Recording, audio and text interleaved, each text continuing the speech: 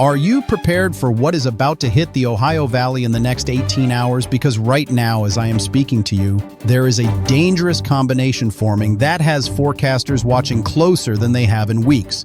We are talking about tornadoes in February. We are talking about a temperature drop of 35 degrees in less than 12 hours.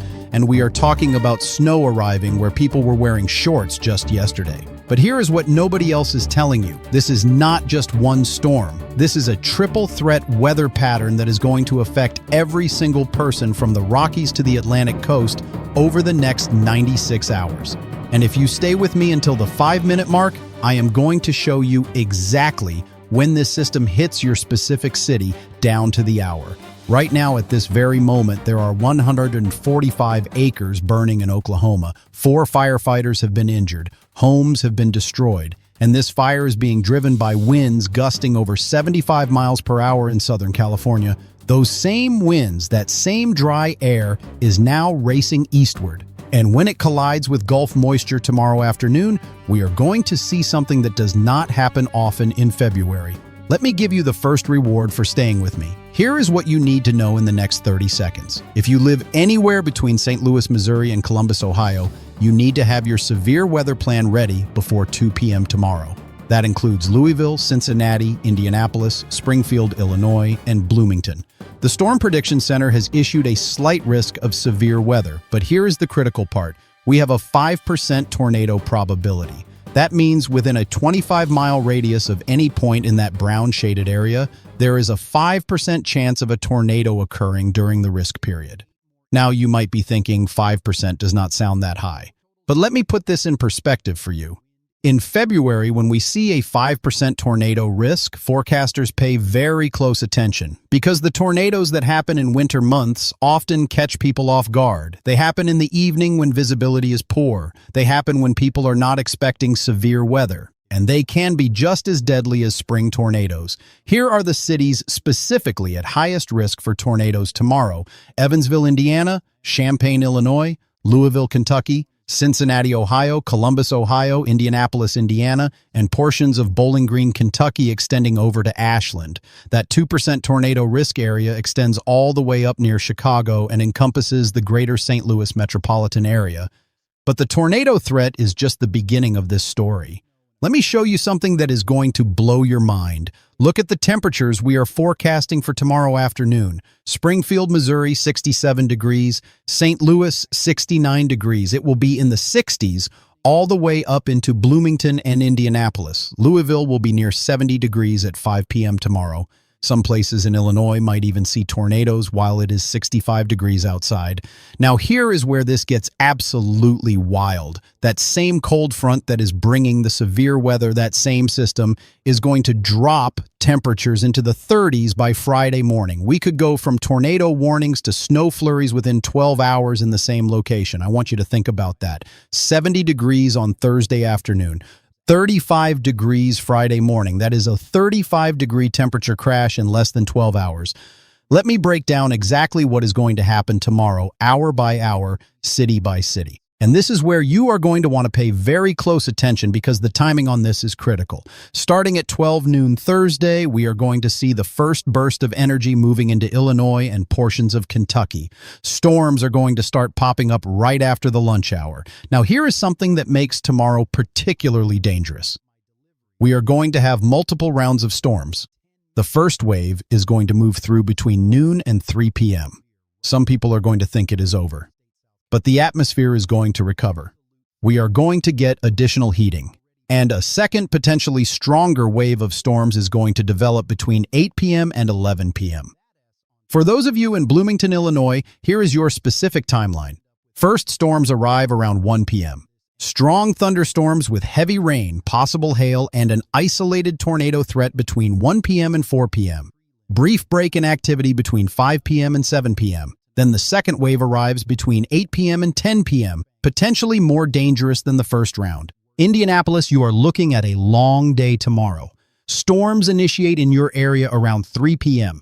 Heavy rain and frequent lightning between 3 p.m. and 6 p.m. Your tornado threat window is between 4 p.m. and 9 p.m. That second wave I mentioned hits your area between 8 p.m. and 11 p.m. You could have intermittent heavy rain, thunder, and lightning for 8 straight hours tomorrow. Louisville, Kentucky, your peak threat time is between 4 p.m. and 10 p.m. Thursday evening.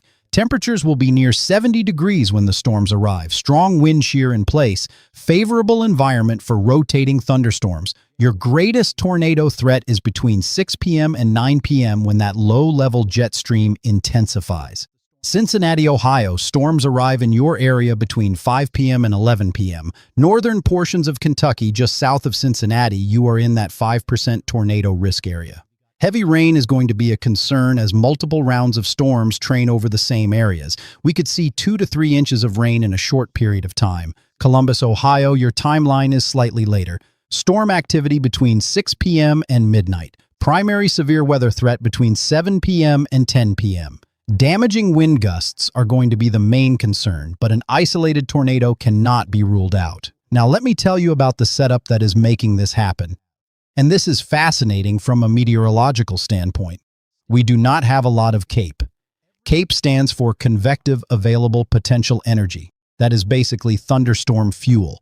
We are not looking at huge CAPE values tomorrow, but what we do have is incredible wind shear.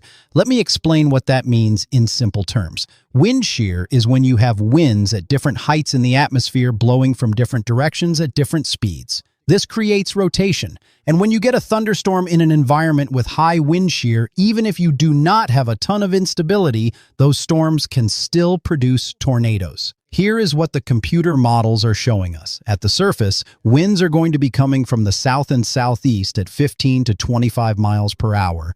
At 5,000 feet above the ground, winds are going to be coming from the southwest at 40 to 50 miles per hour. At 10,000 feet, winds shift to nearly westerly at 60 miles per hour. That turning of the wind with height is what creates the rotation. And here is the critical factor, the low-level jet. This is a ribbon of stronger winds about 3,000 to 5,000 feet above the surface. This jet stream typically strengthens in the late afternoon and evening hours, and tomorrow this low-level jet is forecast to intensify between 5 p.m. and 9 p.m. right over the Ohio Valley. This is going to provide additional wind shear in the lowest levels of the atmosphere, right where tornadoes form. The significant tornado parameter is a tool meteorologists use to assess tornado potential. Values above 1 indicate an environment favorable for significant tornadoes. Tomorrow afternoon, we are forecast to see values between 2 and 4 across portions of Illinois, Indiana, and Kentucky. That is noteworthy for any time of year, but especially for February. If we see individual supercell thunderstorms develop, especially during that second round of more isolated storms in the evening, the tornado threat goes way up. We could see a few tornadoes tomorrow. I would be very surprised if we did not have at least a couple of touchdowns if the models verify. Now let me tell you about something else that is happening that is not getting enough attention. Fire weather. Right now, there is a critical fire weather risk across Oklahoma and the Texas Panhandle, Amarillo, Texas, Oklahoma City, Tulsa, Elk City, El Reno. If you live in these areas, do not burn anything outside tomorrow. Relative humidity is going to drop to 5 to 20%. Wind gusts are going to be 40 to 50 miles per hour, and we have extremely dry fuels after weeks of below normal rainfall. The Ranger Road fire in Oklahoma has already burned 145 acres. 4 firefighters have been injured, multiple homes destroyed, and the conditions tomorrow are going to be just as dangerous, if not worse. Those strong winds and dry air that are fueling the fire risk are the same winds that are going to help generate the severe thunderstorms farther east. Let me give you the forecast for over 170 cities and locations across the United States because this storm system is going to affect everyone in some way. Starting in the Pacific Northwest, Seattle, Washington, mostly cloudy, high of 48 degrees Thursday. Portland, Oregon, scattered showers, high of 51 degrees. Spokane, Washington, partly cloudy, high of 42 degrees. Boise, Idaho, mostly sunny, high of 45 degrees. Northern California. Sacramento, partly cloudy with gusty winds, high of 58 degrees, wind gusts to 35 miles per hour. San Francisco, mostly cloudy, windy, high of 57 degrees, gusts to 40 miles per hour. Redding, partly cloudy, high of 54 degrees. Eureka, showers likely, high of 53 degrees. Southern California, Los Angeles, partly sunny, very windy, high of 66 degrees, wind gusts could reach 50 miles per hour in the mountains. San Diego, mostly sunny, breezy, high of 68 degrees. Bakersfield, partly cloudy, windy, high of 64 degrees. Palm Springs, sunny and warm, high of 76 degrees. Fresno, partly cloudy, high of 61 degrees. Now remember, Southern California just experienced wind gusts of 75 miles per hour. There are currently 78,000 people without power in California. 9 landslides have been reported. This wind event is not over yet. Mountain West states. Denver, Colorado, partly sunny, turning colder, high of 38 degrees. Colorado Springs, mostly sunny, high of 41 degrees. Boulder, partly cloudy, high of 40 degrees. You have winter storm warnings in effect for the mountains. The higher elevations of the Colorado Rockies could see 6 to 12 inches of snow Thursday into Friday. Salt Lake City, Utah, partly cloudy, high of 44 degrees. Avalanche warnings remain in effect for the Wasatch Mountains. Provo, partly cloudy, high of 43 degrees. Ogden, partly sunny, high of 42 degrees. Las Vegas, Nevada, sunny and pleasant, high of 68 degrees. Reno, partly cloudy, high of 48 degrees. Elko, partly sunny, high of 38 degrees. There are 4,000 people currently without power in Nevada. Phoenix, Arizona, sunny and warm, high of 75 degrees. Tucson, sunny, high of 74 degrees. Flagstaff, partly cloudy, much cooler, high of 42 degrees. Snow possible in the evening. Yuma, sunny, high of 76 degrees. Albuquerque, New Mexico, partly sunny, high of 52 degrees. Santa Fe, partly cloudy, high of 48 degrees. Las Cruces, mostly sunny, high of 64 degrees. Roswell, mostly sunny, high of 61 degrees. Northern Plains. Billings, Montana, snow ending, turning colder, high of 28 degrees. Great Falls, Montana, snow likely, high of 24 degrees. Blizzard warning in effect. Missoula, Montana, snow showers, high of 32 degrees. You have extreme cold warnings in portions of eastern Montana with wind chills approaching minus 30 degrees. Bismarck, North Dakota, snow, windy, high of 18 degrees. Blizzard warning continues. Fargo, North Dakota, snow, heavy at times, high of 16 degrees, 3 to 6 inches of additional snow expected. Grand Forks, snow and blowing snow, high of 14 degrees, wind chills near minus 15. Minneapolis, Minnesota, snow ending by afternoon, high of 22 degrees, 2 to 4 more inches possible. St. Paul, same forecast as Minneapolis. Duluth, heavy snow continues, high of 18 degrees, blizzard conditions, 4 to 8 inches additional snowfall, wind chills near minus 10. Rochester, Minnesota, snow, windy, high of 20 degrees. There are over 11,000 people without power in Minnesota right now. South Dakota. Rapid City, snow ending, windy, high of 26 degrees. Sioux Falls, snow showers, high of 24 degrees, turning colder. Aberdeen, snow and blowing snow, blizzard warning, high of 16 degrees, wind chills minus 20. Central Plains. Cheyenne, Wyoming, snow likely, high of 32 degrees. Casper, snow, high of 28 degrees, winter storm warning, 4 to 8 inches expected. Jackson Hole, snow, heavy at times, high of 26 degrees, 6 to 12 inches in the mountains. Omaha, Nebraska, mostly cloudy, turning colder, high of 38 degrees. Lincoln, mostly cloudy, high of 40 degrees. Snow possible Thursday night into Friday. North Platte, partly cloudy, high of 36 degrees. Kansas. Wichita, partly sunny, mild, high of 58 degrees. Topeka, partly cloudy, mild, high of 54 degrees. Kansas City, mostly cloudy, mild, high of 52 degrees. Thunderstorms possible late Thursday night. Dodge City, mostly sunny, high of 56 degrees. Oklahoma. Oklahoma City, sunny, windy, and very warm, high of 72 degrees. Critical fire weather continues. Do not burn. Tulsa, sunny, very warm, high of 70 degrees. Critical fire weather. Lawton, sunny, hot, high of 75 degrees. Norman, sunny and warm, high of 73 degrees. Texas. Dallas, sunny and very warm, high of 78 degrees. Fort Worth, sunny, high of 77 degrees. Houston, partly cloudy, very warm and humid, high of 82 degrees. San Antonio, mostly sunny, very warm, high of 84 degrees. Austin, mostly sunny, warm, high of 81 degrees. Amarillo, sunny, windy, high of 68 degrees. Critical fire weather danger. Do not burn anything outside. Wind gusts 40 to 45 miles per hour. Relative humidity 10 to 15%. Lubbock, sunny, windy, high of 70 degrees, same fire weather concerns. El Paso, sunny and pleasant, high of 68 degrees. Corpus Christi, partly cloudy, warm, high of 78 degrees. Brownsville, partly cloudy, very warm, high of 84 degrees. Galveston, partly cloudy, warm and humid, high of 76 degrees. There are 4,000 people without power in Texas. Upper Midwest, Madison, Wisconsin, snow ending, high of 26 degrees, 1 to 3 inches additional accumulation. Milwaukee, snow tapering off, high of 28 degrees. Green Bay, snow ending, high of 24 degrees. La Crosse, snow showers, high of 25 degrees. Additional 2 to 4 inches possible Thursday night into Friday. Des Moines, Iowa, mostly cloudy, high of 36 degrees. Snow develops Thursday night, could be heavy Friday morning. Cedar Rapids, mostly cloudy, high of 34 degrees. Davenport, mostly cloudy, high of 38 degrees.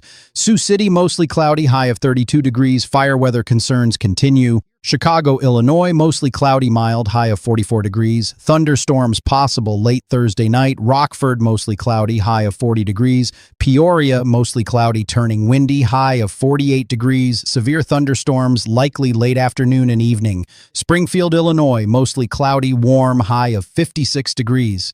You are in the slight risk area for severe weather. Storms between 2 p.m. and 10 p.m. Tornado threat between 3 p.m. and 9 p.m. Bloomington, Illinois, mostly cloudy, very mild, high of 58 degrees. First round of storms 1 p.m. to 4 p.m. Second round 8 p.m. to 10 p.m. Tornado threat throughout the afternoon and evening. Champaign, mostly cloudy, mild, high of 54 degrees. You are in the 5% tornado risk area. Storms 2 p.m. to 9 p.m. Carbondale, Illinois, mostly cloudy, very warm, high of 62 degrees. Severe thunderstorms likely. Tornado threat highest between 3 p.m. and 8 p.m. Decatur, mostly cloudy, mild, high of 56 degrees.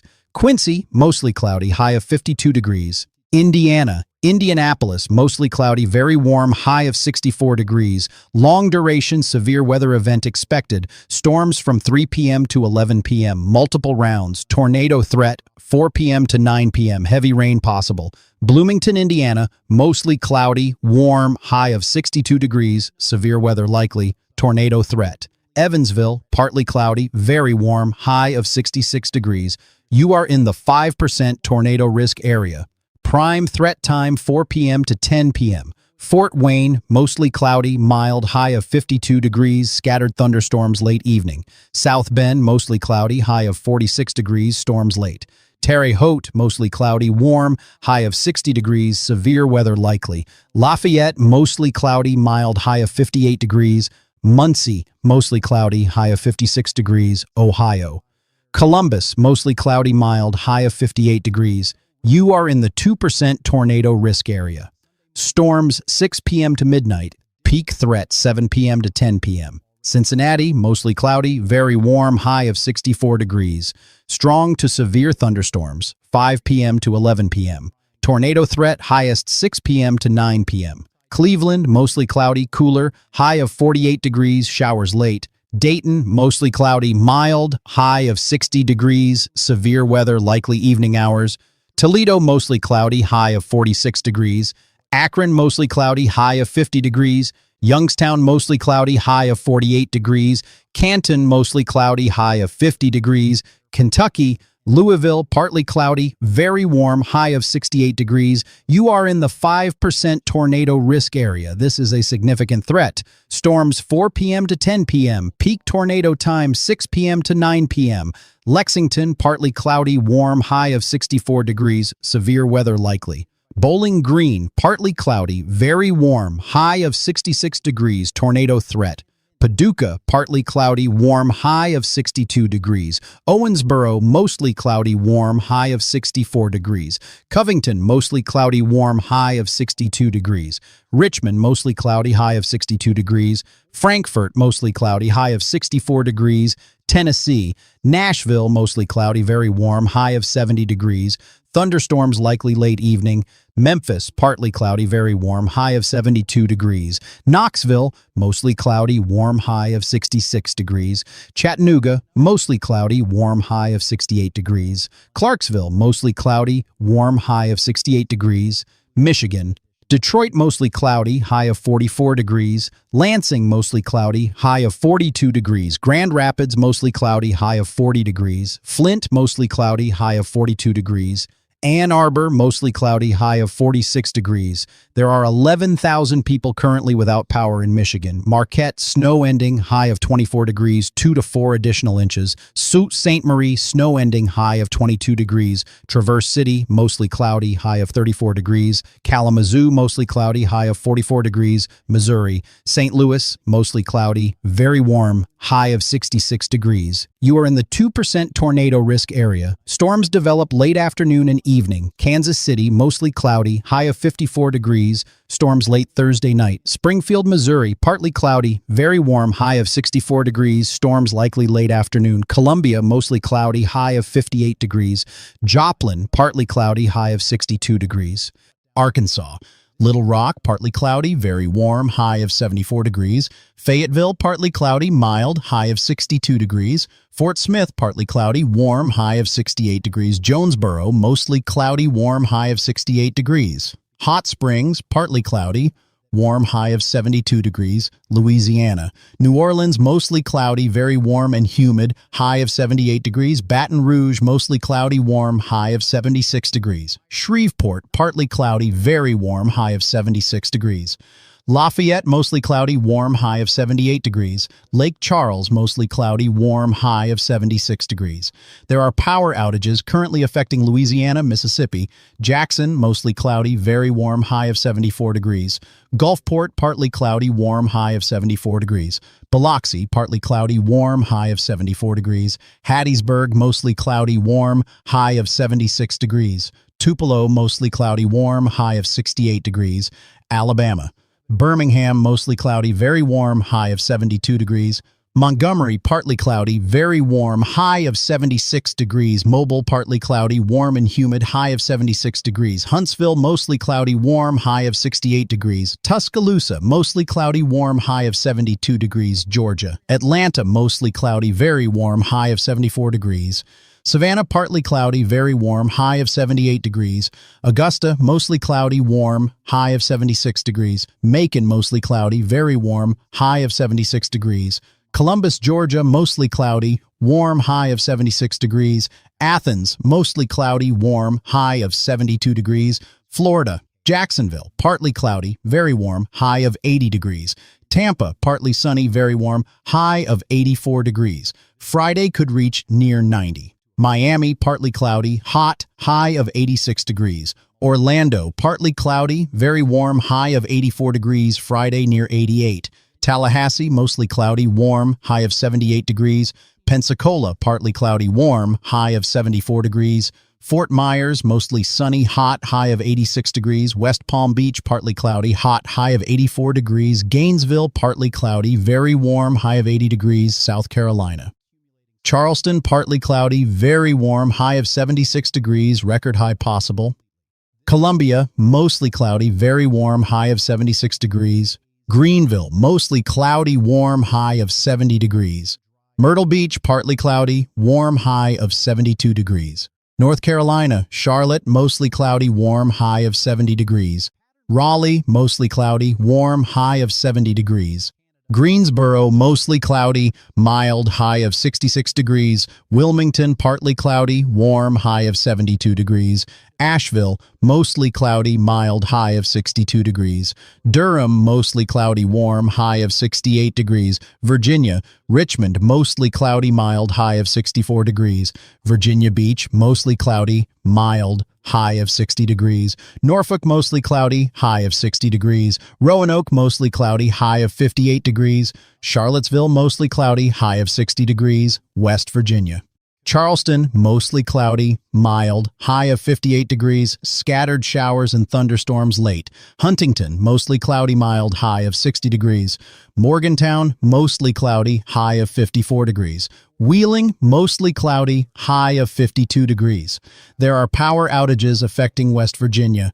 Maryland. Baltimore, mostly cloudy, high of 56 degrees. Washington, D.C. is in Maryland suburbs, mostly cloudy, high of 58 degrees. Frederick, mostly cloudy, high of 56 degrees. Annapolis, mostly cloudy, high of 56 degrees. Delaware. Wilmington, mostly cloudy, high of 54 degrees. Dover, mostly cloudy, high of 54 degrees. Rehoboth Beach, mostly cloudy, high of 52 degrees. Pennsylvania. Philadelphia, mostly cloudy, high of 54 degrees. Pittsburgh, mostly cloudy, high of 54 degrees. Showers and thunderstorms late, heavy rain possible. Harrisburg, mostly cloudy, high of 54 degrees. Allentown, mostly cloudy, high of 50 degrees. Erie, mostly cloudy, high of 42 degrees. Scranton, mostly cloudy, high of 48 degrees. Reading, mostly cloudy, high of 52 degrees. New Jersey. Newark, mostly cloudy, high of 52 degrees. Trenton, mostly cloudy, high of 52 degrees. Atlantic City, mostly cloudy, high of 50 degrees. Jersey City, mostly cloudy, high of 52 degrees. New York. New York City, mostly cloudy, high of 50 degrees. Buffalo, snow showers ending, high of 36 degrees, 1 to 3 inches accumulation. Albany, snow ending, high of 38 degrees, 2 to 5 inches of snow. Rochester, snow ending, high of 36 degrees. Syracuse, snow, heavy at times, high of 34 degrees, 4 to 8 inches possible. Binghamton, snow, high of 34 degrees. Ithaca, snow, high of 32 degrees. Plattsburgh, snow, high of 28 degrees. Connecticut, Hartford, mostly cloudy, high of 46 degrees. New Haven, mostly cloudy, high of 48 degrees. Bridgeport, mostly cloudy, high of 48 degrees. Stamford, mostly cloudy, high of 50 degrees. Rhode Island, Providence, mostly cloudy, high of 46 degrees. Newport, mostly cloudy, high of 44 degrees. Warwick, mostly cloudy, high of 46 degrees. Massachusetts, Boston, mostly cloudy, high of 44 degrees. Worcester, mostly cloudy, high of 42 degrees. Springfield, Massachusetts, mostly cloudy, high of 46 degrees. Cape Cod, mostly cloudy, high of 44 degrees. Vermont. Burlington, snow ending, high of 32 degrees. Montpelier, snow ending, high of 30 degrees. Rutland, snow, high of 32 degrees. New Hampshire. Manchester, mostly cloudy, high of 42 degrees. Concord, mostly cloudy, high of 40 degrees. Portsmouth, mostly cloudy, high of 42 degrees. Maine. Portland, mostly cloudy, high of 38 degrees. Bangor, mostly cloudy, high of 34 degrees. Augusta, mostly cloudy, high of 36 degrees. Lewiston, mostly cloudy, high of 38 degrees. Now let me talk about the major outdoor events happening in February that will be impacted by this weather pattern. The Daytona 500 is scheduled for this weekend in Daytona Beach, Florida. Right now, the forecast looks excellent. Sunday high of 80 degrees, mostly sunny, perfect racing weather. However, anyone traveling from the Midwest or Ohio Valley needs to be aware of the severe weather Thursday and the cold air arriving Friday and Saturday. There are several major college basketball games scheduled for Thursday evening. If you have tickets to games in Indianapolis, Columbus, Cincinnati, or Louisville, be aware that you will be driving in severe weather. Games will likely not be delayed unless there is a tornado warning for the venue itself. Plan extra travel time. Leave early and monitor weather conditions. The NBA has games scheduled in several cities in the severe weather zone Thursday night. The Indiana Pacers are playing at home in Indianapolis. Game time 7 p.m. right in the middle of the severe weather window. The Chicago Bulls have a home game. The Cleveland Cavaliers are playing. Stay weather aware if attending these events. For marathon runners and outdoor fitness enthusiasts, Thursday is not the day for your long run if you are in the severe weather zone. Wait until Friday or Saturday. Yes, it will be colder, but it will be safer. High school sports across the Midwest and Ohio Valley. If you have kids playing spring sports like baseball, softball, track, or soccer, those Thursday afternoon and evening practices and games will almost certainly be canceled or postponed. Do not be surprised if schools dismiss early on Thursday as the severe weather approaches. Now here is what happens after the severe weather. That cold air I mentioned earlier starts crashing in Friday morning. Let me give you the temperature forecast for Friday. Indianapolis, high of 38 degrees Friday compared to 64 Thursday. That is a 26-degree drop. Louisville, high of 42 Friday compared to 68 Thursday, a 26-degree crash. Cincinnati, high of 40 Friday. Columbus, high of 38 Friday. Chicago, high of 32 Friday. Springfield, Illinois, high of 34 Friday, but it gets colder as we go into the weekend. Saturday morning lows are going to be brutal. Indianapolis, morning low of 24 degrees. Chicago, morning low of 18 degrees. Minneapolis, morning low of 2 degrees. Fargo, North Dakota, morning low of -4 degrees. Wind chills are going to make make it feel even colder. Saturday morning wind chills, Chicago feels like 8 degrees. Milwaukee feels like 6 degrees. Green Bay feels like 0. Minneapolis feels like -10. Duluth feels like -18. International Falls, Minnesota feels like -25. The higher elevations of the Rockies could see wind chills of -40 degrees as this cold air mass settles in. This is dangerous cold. If you have to be outside, dress in layers. Cover all exposed skin. Limit your time outdoors. Now let me tell you about the snow. We have snow happening right now in Minnesota and Michigan. This is the first wave. Duluth, Minnesota has already picked up 6 inches of snow and it is still snowing. Minneapolis has 3 inches. The UP of Michigan has 4 to 8 inches. But there is more snow coming. As that cold air crashes in behind the severe weather system, we are going to see another round of snow develop Thursday night into Friday. This one is sneaky because a lot of people are not paying attention to it. They are focused on the severe weather. Here is where the snow is going to be heaviest Friday into Saturday. Des Moines, Iowa, 4 to 7 inches. Cedar Rapids, 3 to 6 inches. Waterloo, Iowa, 5 to 8 inches. Dubuque, Iowa, 4 to 7 inches. La Crosse, Wisconsin, 4 to 7 inches. Madison, Wisconsin, 2 to 5 inches. Rockford, Illinois, 2 to 4 inches. This snow is going to create travel problems Friday morning across Iowa and southern Wisconsin. Roads will be snow-covered. Visibility will be reduced. If you have to travel through this area Friday, give yourself extra time. Slow down. Increase following distance.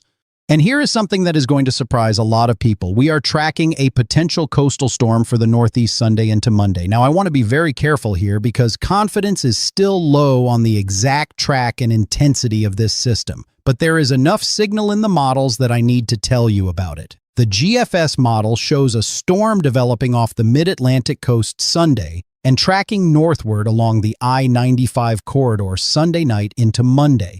This could bring significant snow to portions of the Northeast, but the Euro model has the storm tracking farther offshore, which would reduce snow amounts significantly.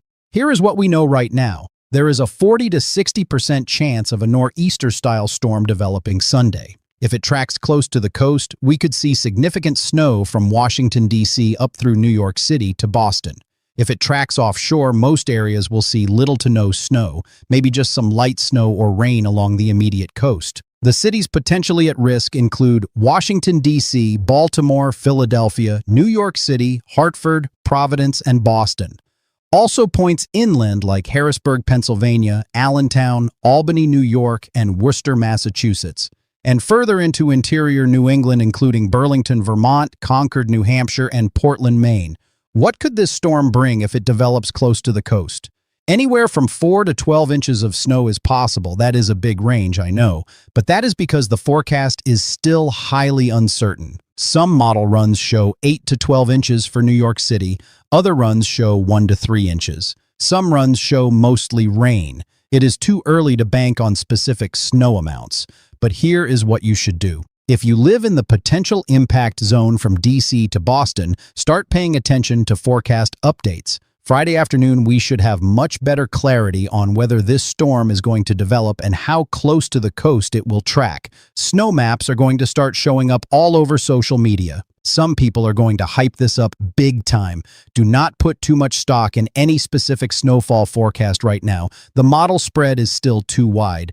But it is something to monitor. If this storm does develop, the timing would be Sunday afternoon through Monday morning. Sunday evening would likely see the onset of snow, heaviest snow, Sunday night into early Monday morning, snow tapering off Monday mid-morning to early afternoon. One thing we can say with higher confidence is that cold air is coming to the Northeast this weekend regardless of whether the coastal storm develops. Saturday morning temperatures along the I-95 corridor from D.C. to Boston will be in the 30s. But by Monday morning, if that coastal storm does develop and pulls down that cold air, morning lows could be in the teens and 20s as far south as Washington, D.C. and Baltimore. Monday morning wind chills could feel like single digits in New York City. Near zero in Boston, -5 to -10 in Burlington, Vermont. The coldest air since early January would be moving into the Northeast early next week. Here is the wind chill forecast for Monday morning across the country. Montana, -30 to -45. North Dakota, -20 to -35. Minnesota, -15 to -30. Wisconsin, -10 to -20. Michigan, 0 to -10. New York, 0 to 10 degrees. Pennsylvania, 5 to 15 degrees. Ohio, 10 to 20 degrees. And here is the crazy part. Northern Florida is going to have wind chills in the 30s Monday morning. You will not be frozen, but you are going to feel that cold air. Now let me talk about the pattern for the next 2 weeks, because this is important for planning purposes. Despite this cold shot this weekend into early next week, the overall pattern for the next 2 weeks is going to trend warmer than average for most of the lower 48, especially across the southern plains from Tucson, Arizona over to Atlanta, Georgia, from Houston, Texas up to Sioux Falls, South Dakota. The average temperature for the next 2 weeks is going to be above normal. We are talking 5 to 15 degrees above average. It is going to feel more like early spring than the dead of winter for much of the country. That does not mean we will not have cold days. We will. That cold shot this weekend is real, but the overall trend is milder than normal. The polar vortex remains displaced over northern Canada. The jet stream pattern favors warmth across the majority of the U.S. February and early March, we are likely to see a volatile pattern. What does that mean? It means we are going to see big temperature swings. Cold for a few days, then warm. Big storms followed by quiet weather. This is typical for late winter and early spring. The battle between winter and spring creates these big swings.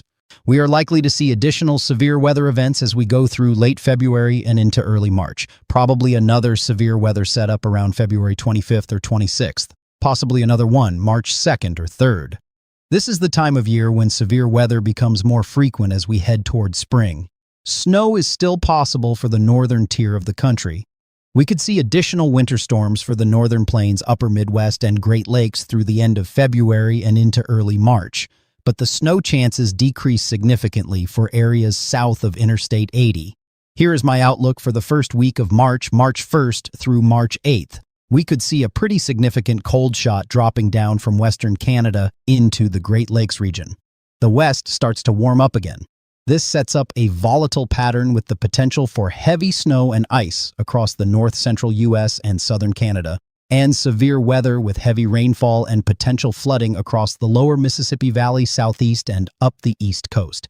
This is the kind of pattern that can produce significant March snowstorms for cities like Chicago, Detroit, Cleveland, Buffalo, and potentially even as far south as Indianapolis and Columbus. At the same time, cities like Memphis, Nashville, Atlanta, and Charlotte could see severe thunderstorms with heavy rain. March is historically one of our most volatile weather months. We can see snow, ice, tornadoes, flooding, and severe temperature swings all in the same week. This year looks like it is going to follow that historical pattern. Now let me give you a summary of what you need to remember from this forecast.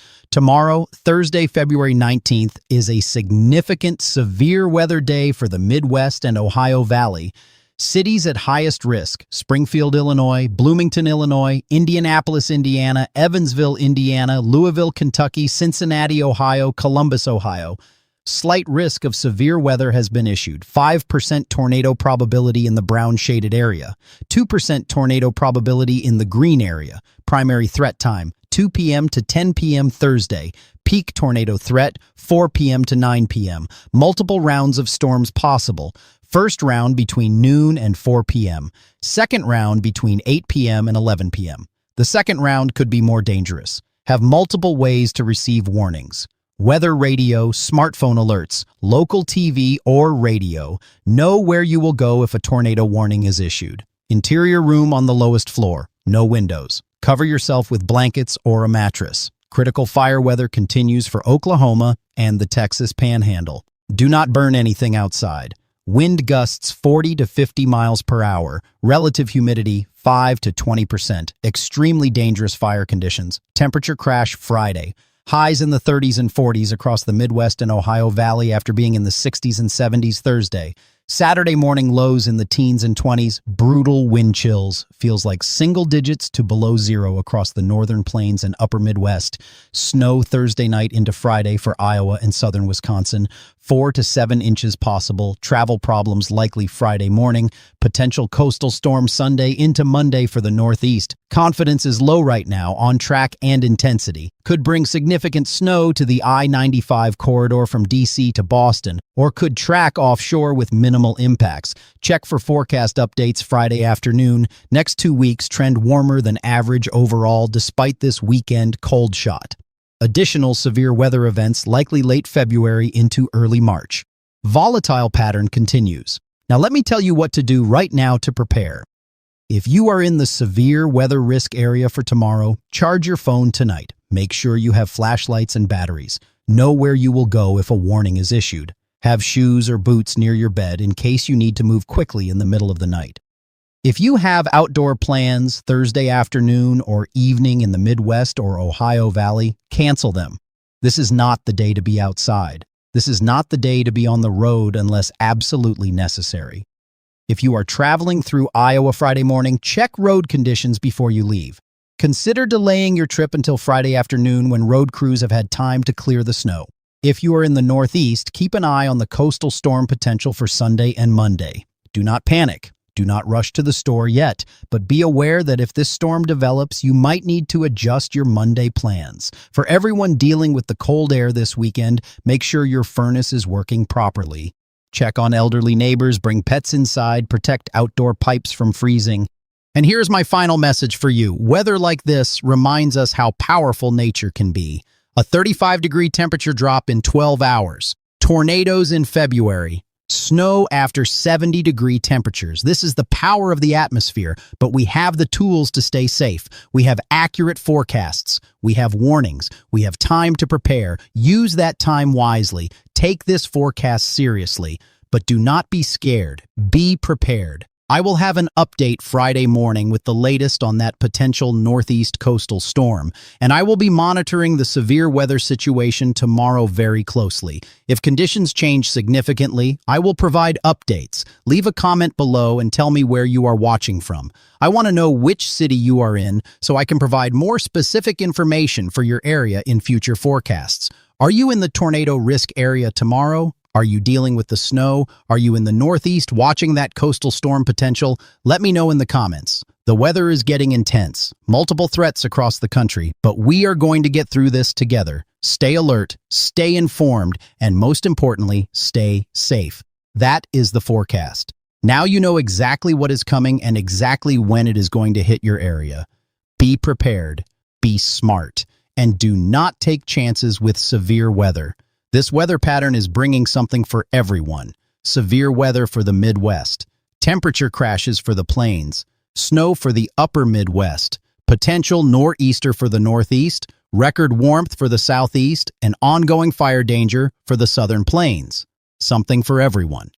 And now you know exactly what to expect. Now let me dive deeper into what makes this severe weather setup so concerning from a meteorological perspective. Because when you understand the science behind what is happening, you can better appreciate why forecasters are taking this so seriously. The warm air mass that is going to be in place Thursday afternoon is remarkable for mid-February.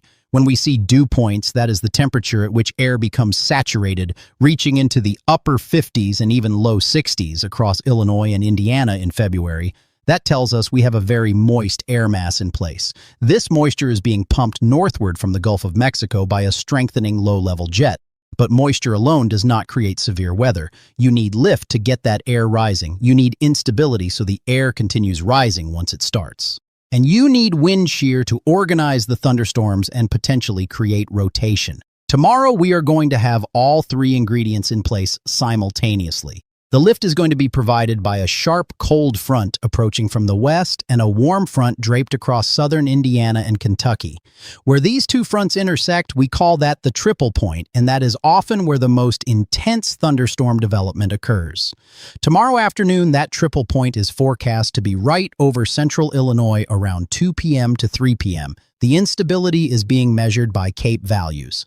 While CAPE is not going to be exceptionally high by spring or summer standards, we are looking at values of 1,000 to 2,000 joules per kilogram across the warm sector. For February, that is very significant. Combined with steep lapse rates, meaning temperature decreases rapidly with height, we are going to have an atmosphere that wants to support strong updrafts. But the real story tomorrow is the wind shear, and this is what has forecasters most concerned. At the surface, winds are forecast to be southerly at 15 to 25 miles per hour. At 5,000 feet, winds shift to southwesterly at 45 to 55 miles per hour. At 18,000 feet, winds become westerly at 65 to 75 miles per hour. That turning of the wind with height, both in direction and speed, creates what we call helicity. Helicity is a measure of the potential for rotating updrafts.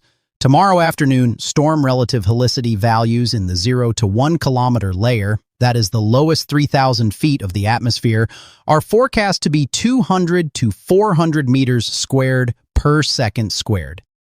When you see values over 150 in that layer, you start getting concerned about tornadoes. Values over 300, and you are in an environment very favorable for tornadoes.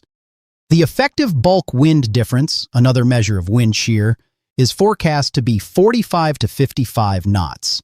That is the difference in wind speed and direction between the lowest levels and the mid-levels. Values over 40 knots support supercells. Values over 50 knots support strong, long-lived supercells. So when you put all of this together, what you have is a classic dynamic severe weather setup. Not a lot of instability, so we are not expecting widespread giant hail and prolific lightning.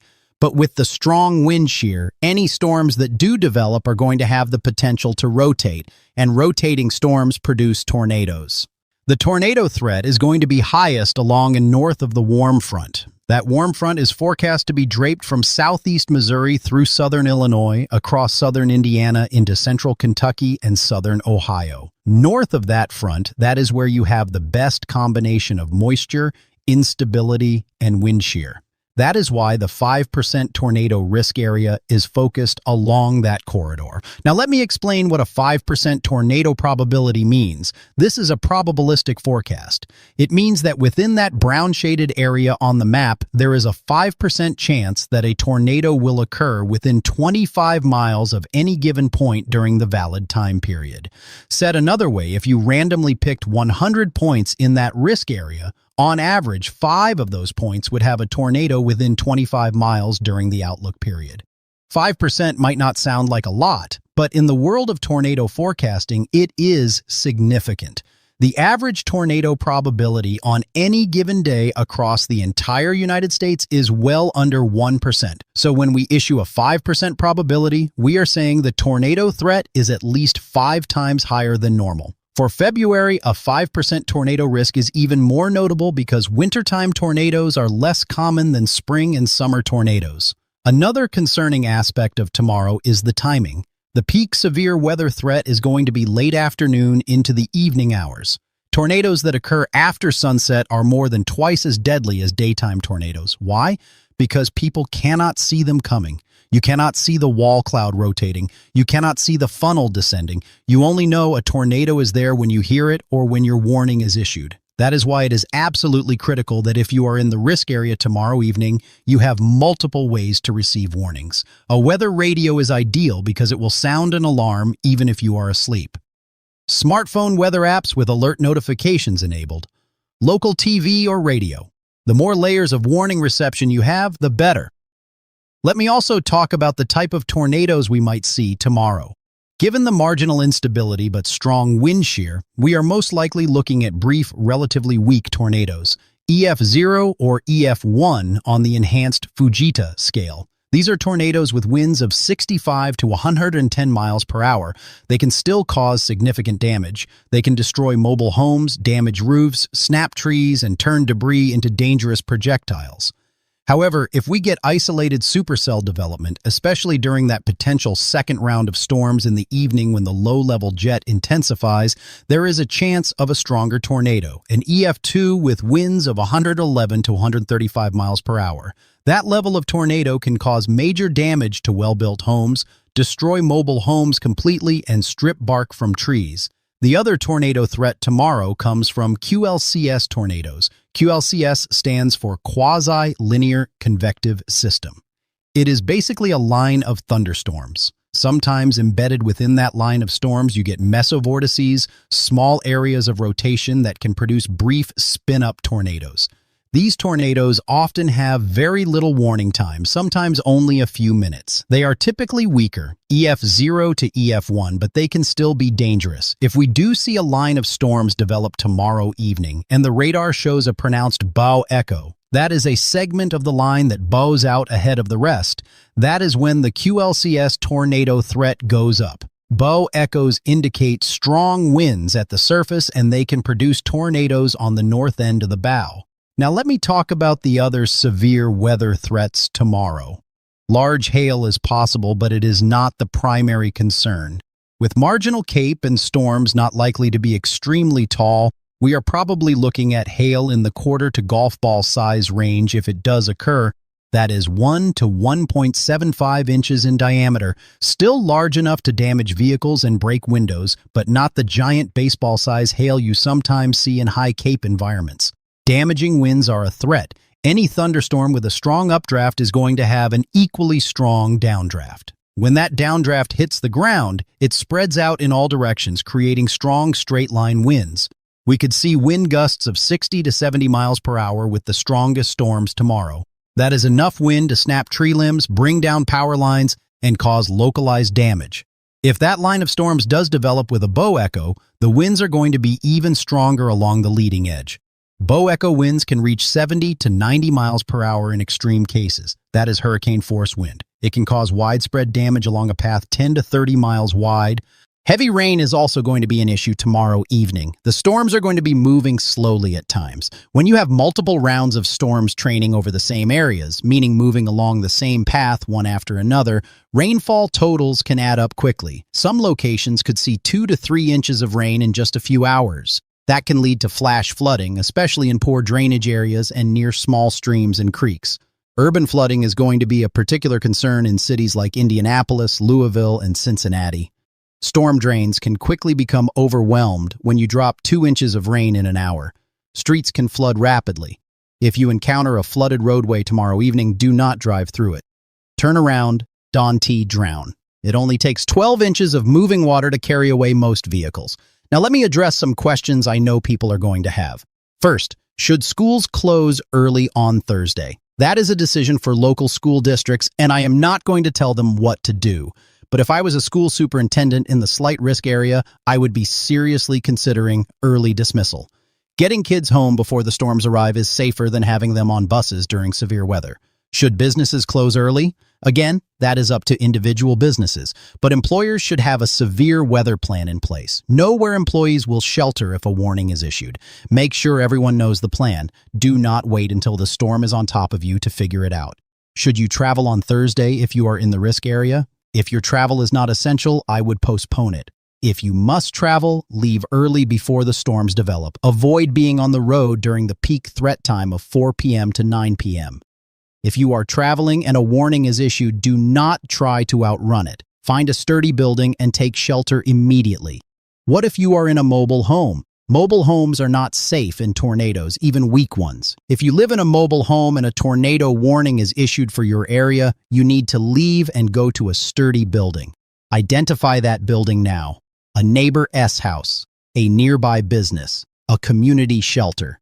Do not wait until the warning is issued to figure out where you will go. What if you are in a vehicle when a warning is issued? This is a difficult situation.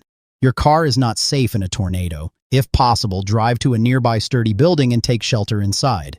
If there are no buildings nearby and a tornado is bearing down on you, your last resort is to abandon your vehicle and lay flat in a ditch or low spot, covering your head with your hands. This is not ideal, but it is better than being in a vehicle that can be picked up and thrown by a tornado. Let me talk about some specific scenarios for different cities tomorrow. Indianapolis, you have a Pacers game at 7 p.m. at Gainbridge Fieldhouse downtown. That is right in the peak severe weather window. The arena is a safe place to be during a tornado. It is a large, sturdy building. If a tornado warning is issued during the game, the safest thing to do is stay in your seats and wait for the all clear. Do not leave and try to drive home during a tornado warning. Louisville, you have multiple large outdoor construction sites around the city. Construction workers need to have a plan for severe weather, have a designated shelter location, have a way to receive warnings. When a severe thunderstorm or tornado warning is issued, stop work and take shelter immediately. More people are killed by tornadoes at work than almost any other location besides home. Cincinnati, your evening rush hour is going to coincide with the severe weather. Expect major traffic delays. Accidents are more likely in heavy rain and strong winds. Reduce your speed. Turn on your headlights. Increase your following distance. If you hear thunder or see lightning, severe weather is imminent. Get off the road and take shelter. Columbus, you have a large student population from Ohio State University. Students need to take this seriously. Dorm rooms are generally safe places to shelter. Move to interior hallways away from windows if a warning is issued. Off-campus housing, especially older buildings, may not be as sturdy. Know where your shelter location is. Basements are best.